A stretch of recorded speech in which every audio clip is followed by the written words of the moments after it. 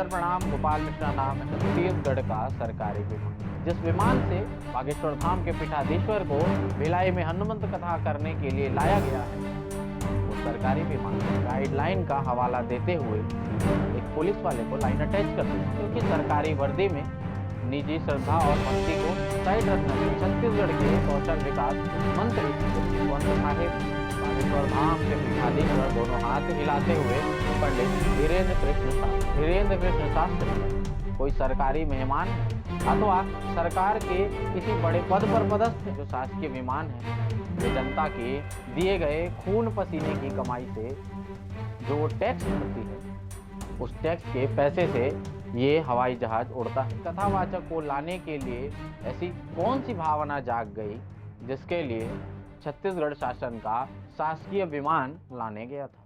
नमस्कार, सादर प्रणाम। गोपाल मिश्रा नाम है हमारा और आपका अपना चैनल टुडे भिलाई देखना शुरू कर चुके हैं आप।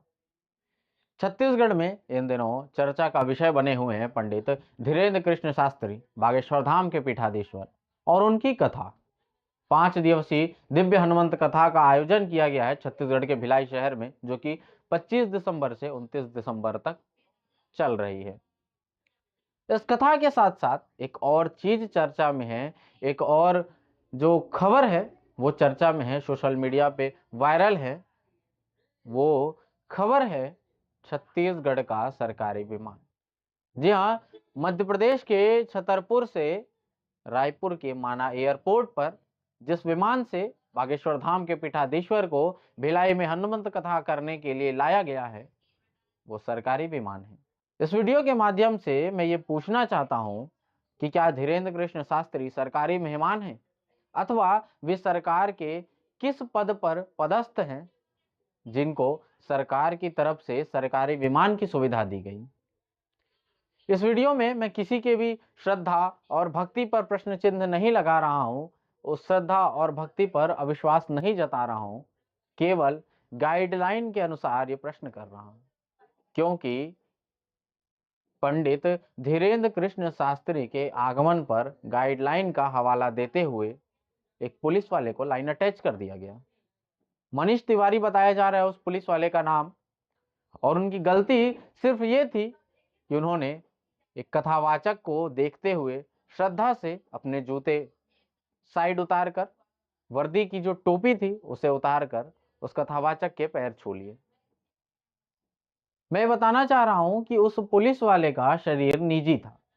वो अपना शरीर जिसके सामने चाहे झुका सकता है, वो अपना शीश जिसके सामने चाहे झुका सकता है, वो अपने निजी हाथों से जिसके चाहे पैर छू सकता है। लेकिन हम इस कार्रवाई पर सवाल नहीं उठाते, क्योंकि सरकारी वर्दी में निजी श्रद्धा और भक्ति को साइड रखना चाहिए, गाइडलाइन नहीं तोड़ना चाहिए था। लेकिन ये एक तरफा कार्रवाई क्यों? आपको बता दें कि छत्तीसगढ़ शासन का शासकीय विमान जिससे पंडित धीरेन्द्र कृष्ण शास्त्री छतरपुर से रायपुर के माना एयरपोर्ट तक आए, उन्हें लाने का कार्यभार किसने किया जानते हैं? छत्तीसगढ़ के कौशल विकास मंत्री गुरु खुशवंत साहेब ने।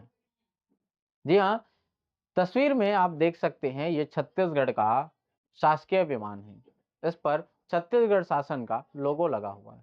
यहाँ तक तो ठीक है। जब इस विमान का दरवाजा खुलता है तो सबसे पहले उतरते हैं छत्तीसगढ़ के कौशल विकास मंत्री। ये भी ठीक है, क्योंकि मंत्री हैं तो शासकीय विमान इस्तेमाल कर सकते हैं।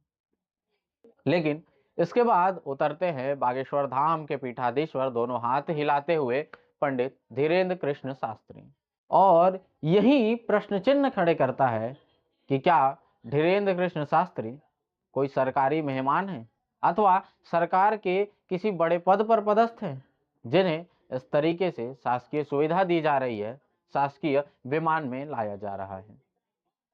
मैं सरकार को ये बताना चाहूंगा कि ये जो शासकीय विमान है, ये जनता के दिए गए खून पसीने की कमाई से जो टैक्स भरती है, उस टैक्स के पैसे से ये हवाई जहाज उड़ता है। आज तक सरकार ने किसी मरीज के लिए तो अपना निजी शासकीय विमान इस्तेमाल में नहीं दिया कि भाई इस मरीज की स्थिति खराब है, इसे शासकीय विमान से एयरलिफ्ट करके ले जाया जाए। तो इन कथावाचक को लाने के लिए ऐसी कौन सी भावना जाग गई जिसके लिए छत्तीसगढ़ शासन का शासकीय विमान लाने गया था। आपको बता दें कि मनीष तिवारी को कथावाचक धीरेन्द्र शास्त्री के पैर छूने पर लाइन अटैच कर दिया गया।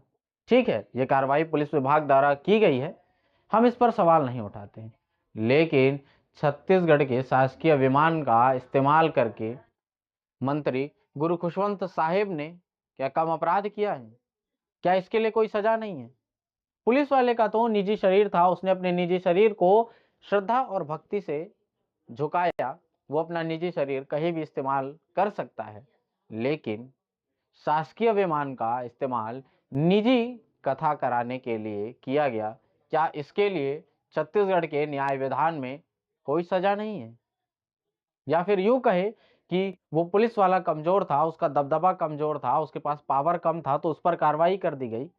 और मंत्री जी के पास पद है, प्रतिष्ठा है, दबदबा है, तो इन पर कार्रवाई नहीं की जा सकती। आप इस बारे में क्या सोचते हैं? अपनी राय कमेंट करके जरूर बताइएगा। फिर होगी मुलाकात ऐसे ही किसी मुद्दे के साथ। तब तक के लिए आपके अपने इस गोपाल मिश्रा को दीजिए इजाजत। जय हिंद।